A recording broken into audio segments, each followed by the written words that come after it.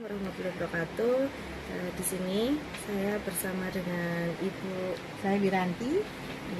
Kami di sini saya berada di Lesos, Lembaga Sertifikasi Organik, sama Ibu Wiranti untuk melakukan wawancara tentang sistem pertanian organik dan bagaimana kelanjutannya. Terima kasih. Organik itu sedikit-sedikit boleh pakai kimia, enggak gitu. Harus 0%. Itu kalau sudah memang mau dilakukan organik. 1 sendok pun dalam larutan enggak bisa. Kan ada itu Bu ya, seperti kayak pupuk itu mungkin ada buatan kimia sintetiknya.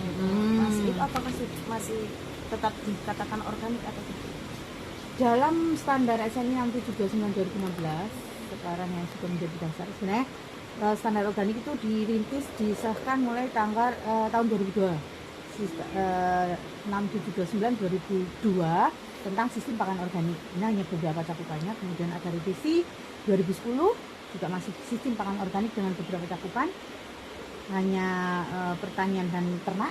2013 ada revisi lagi, itu sudah mencakup saprodi. Itu kemudian yang terakhir masih 2016. Yang saat ini kemarin sudah ada beberapa rencana revisi juga terkait dengan ruang lingkup, tapi masih dalam penggodokan di BSN di tingkat penggodok standarnya ya. Kalau kita kan pengguna ya, pengguna.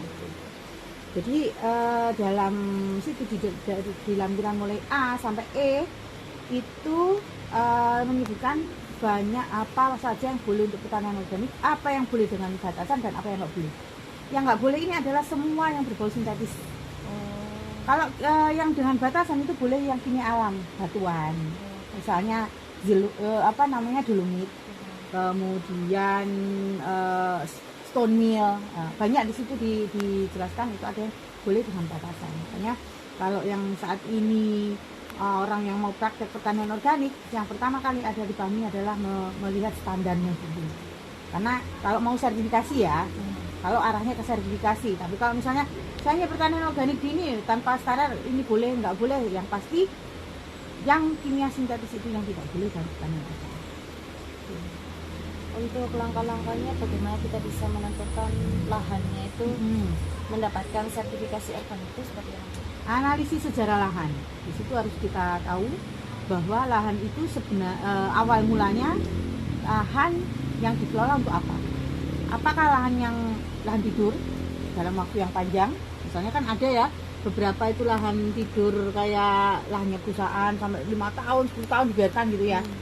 Atau dia lahan yang memang untuk pertanian pada umumnya kayak seperti ini di belakang itu, atau lahan yang untuk pertanian intensif kayak di Batu untuk tanaman sayur yang kimianya sangat tinggi. Nah, di situ yang akan menentukan nanti kapan dia bisa dibuat status organik.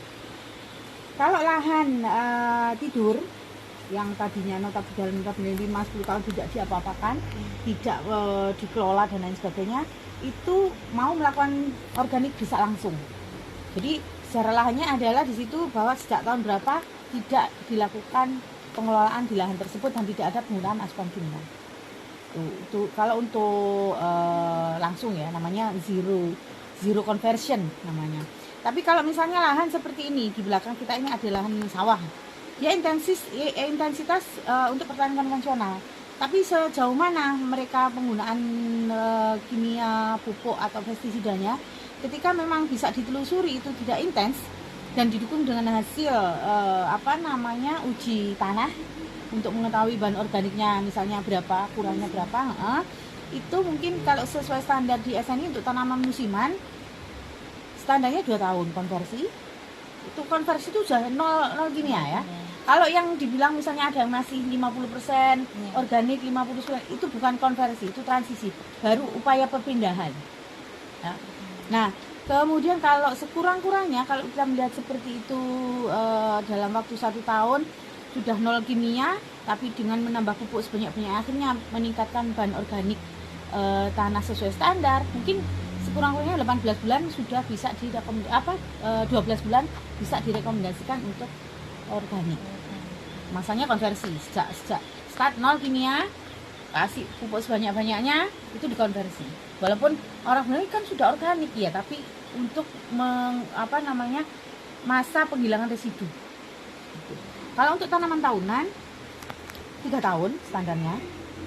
Untuk konversinya sekurang-kurangnya 18 bulan sudah nol kimia itu. Baru menginjak tahun keempat atau bulan ke-19 itu baru bisa di status organik. Tergantung nanti dia mulai nanam kecil atau sudah buah. Kalau sudah buah berarti sejak pembungaan terakhir. Tanaman ada 2 kan, musiman sama tahunan ya. Untuk prosedur lahan tadi kan yang bisa dikatakan sertifikasi itu harus dikonversi lahan kalau musiman 3 tahun, kalau yang kurang-kurangnya 18 bulan ya itu di bawah musiman, saya klarifikasi, musiman 2 tahun, sekurang-kurangnya 12 bulan. 12 bulan. Tanaman tahunan 3 tahun, sekurang-kurangnya 18 bulan. Nanti tergantung itu tadi sejarah lahannya. Kalau intensitas kayak di Batu dengan intensitas yang kimia yang cukup tinggi, mungkin bisa jadi tetap 2 tahun musiman. Nggak bisa 18 bulan. Iya. Tergantung pada lokasi. Tergantung pada kondisi lahan dan sekitarnya. Untuk struktur dari sertifikasi prosedurnya bagaimana? Oke, prosedurnya biasanya gini. Kalau itu apakah itu kelompok, perusahaan, perorangan atau asosiasi, bisa memang mengajukan sertifikasi. Syaratnya adalah mereka mempunyai legalitas. Yang pertama kalau kelompok, individu pun punya kan legalitas, itu biasanya berupa kartu NPWP atau domisili.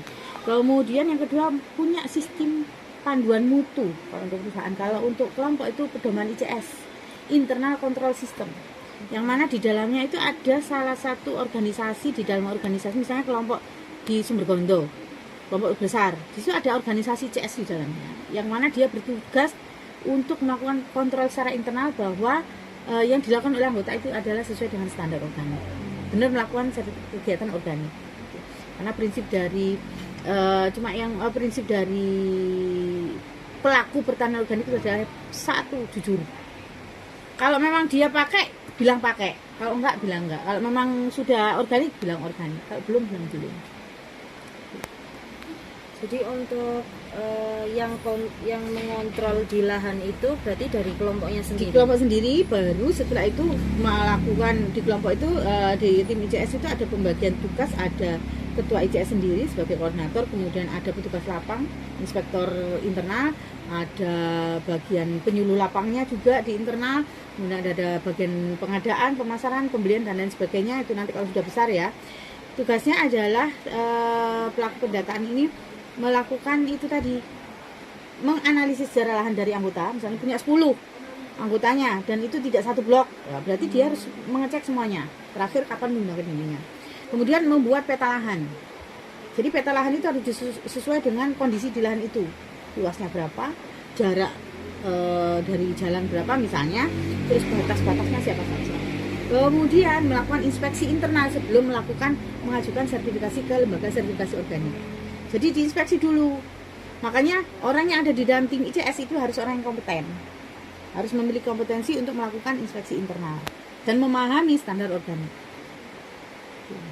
Untuk dari syarat-syarat yang tersebut, apakah syarat dari seperti tanaman, dari benih hingga atau pupuknya itu sudah tertulis pada standar SNI pertanian organik? Sudah. Nah, biasanya kalau kelompok itu menerapkan SNI itu diterjemahkan lagi lebih spesifik ke SOI, standar organik internal kelompok. Itu yang mengatur mulai pembibitan sampai pasca panen. Jadi misalnya benihnya, yang paling tidak boleh di situ misalnya yang dilarang GMO ya, berarti yang paling atas tidak boleh menggunakan benih GMO. Yang kedua misalnya, benih perlakuan boleh benih dengan perlakuan bisa digunakan dengan catatan bagaimana sesuai dengan yang di standar, seperti itu dituangkan. Jadi kalau petani harus baca SNI seperti itu kan, anggotanya ya nggak mungkin ya, sambar aja mungkin dibaca mungkin enggak kan. Nah itu dituangkan dengan standar organik internal SOI. Yang pasti itu mencakup benih, terus bagaimana sistem olah lahan, input yang digunakan, tata cara perawatan, baik itu pemupukan, pengendalian hama dan lain sebagainya, kemudian tata cara pemanenan pasca panen, sampai bagaimana pengelolaan peralatan, kemudian yang terakhir adalah bagaimana mengelola kelompok. Itu SOI biasanya masuk itu. Apakah itu berarti sudah dikatakan baru itu dikatakan jadi sistem pertanian organik karena sudah sesuai dengan itu tersebut ya Bu? Belum, karena sistem pertanian organik itu berkembang. Jadi tidak stagnan pada ini. Kemungkinan misalnya tahun depan ada perubahan baru atau ada ini baru. Bisa itu sewaktu-waktu akan dilakukan perubahan penambahan atau cuci pengembangan seperti itu. Untuk harapan dari sistem pertanian organik berkelanjutan ini seperti apa Bu? Kalau harapannya ya memang dilakukan sesuai standar. Jadi dilakukan sesuai standar. Jadi untuk cara mendapatkan sertifikat organik tadi dari kita dari internal sendiri dari kelompoknya tersebut, baru nanti kalau sudah memang Selesai benar-benar, dokumen-dokumen, baru datang ke sertifikat. iya, mengajukan ke lembaga sertifikasi organik. Yang pasti memang di situ harus ada pemeliharaan dokumen di kelompok. Karena syarat sertifikasi itu adalah ada yang didokumentasikan itu sesuai dengan yang dilakukan di lapangan. Selama berapa bulan Bu untuk mendapatkan sertifikasi tadi? Sebenarnya kelompok lama enggaknya ke- tergantung ya. Cuma waktu standar yang kita tetapkan biasanya 3 bulan. Ya. Ada yang bisa lebih cepat dari itu, satu bulan atau 2 bulan sudah selesai. Ada yang malah lama sampai 1 tahun belum selesai. Tergantung nanti dari catatan rekomendasi apa yang memang wajib dipenuhi oleh mereka.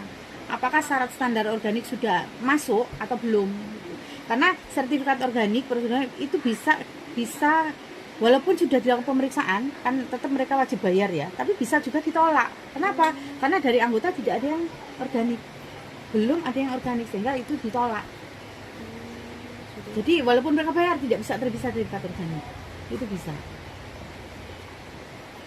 Makanya kenapa tadi ditekankan di tim ICS-nya harus memang orang yang kompeten supaya mampu menetapkan ketika ini sudah direkomendasikan organik oleh tim ICS, ini ketika diklarifikasi atau di-cross check oleh inspektor dari lembaga sertifikasi organik itu sesuai standar gitu.